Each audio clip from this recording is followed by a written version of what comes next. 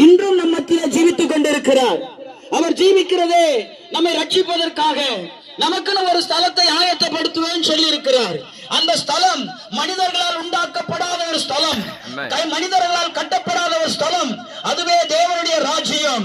அந்த ராஜ்யத்தில் நமக்கென்று ஒரு ஆளுகை வைத்திருக்கிறார். அந்த ராஜ்யத்தில் நமக்கென்று ஒரு ஸ்தலத்தை ஏற்படுத்தி இருக்கிறார். அந்த ஸ்தலத்துக்கு போக வேண்டுமானால் நீங்களும் நானும் இயேசுவின் ரத்தத்தாலே கழுவப்பட வேண்டும், பாவ மன்னிப்பை பெற வேண்டும்.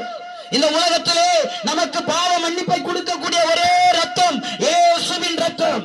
அந்த ரத்தம் இன்று உங்களுடைய ஊர் கிராமங்களிலே நாங்கள் கொண்டு வந்திருக்கிறோம்.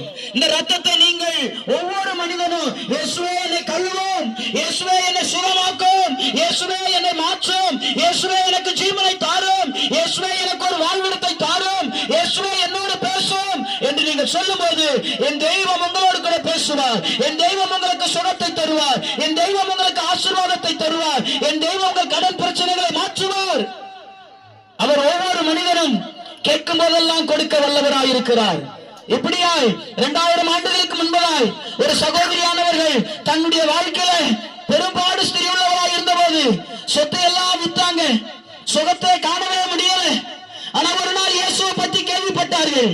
எப்படியாவது இயேசுவை போய் நான் சந்தித்தால் போதும் எனக்கு சுகம் கிடைக்கும் என்ற நம்பிக்கையோடு கூட அவர்கள் இயேசுவிடத்தில் வந்தார்கள். வந்து அவர்கள் வாழ்க்கையிலே அவர்கள் ஒரே ஒரு சிந்தனை, இயேசுவை தொட்டா போதும் எனக்கு சுகமாகும் நினைத்தாங்க. அன்புக்குரிய சகோதரனே சகோதரியே, இயேசுவை தொட்டவர்களுக்கு சுகம். இயேசு யாரை தொட்டாரோ அவங்களுக்கு சுகம். இன்னைக்கு உங்க கிராமத்துல உங்க ஊரை அவர் தொட வந்திருக்கிறார். உங்க வீடுகளுக்கு ஒரு சுகம் உண்டாகும்.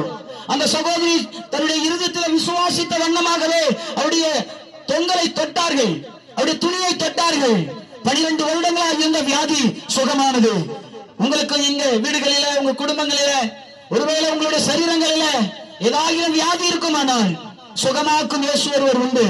நீங்க இருந்த இடத்திலேயே நீங்கள் இயேசுவை நோக்கி தேவகுமாரனே எனக்கு இரங்கும், தாவீதின் குமாரனே எனக்கு இரங்கும் என்று நீங்கள் கூப்பிட்டீங்கன்னா என் தெய்வம் உங்களுக்கு சுகம் தர வல்லவராயிருக்கிறார்.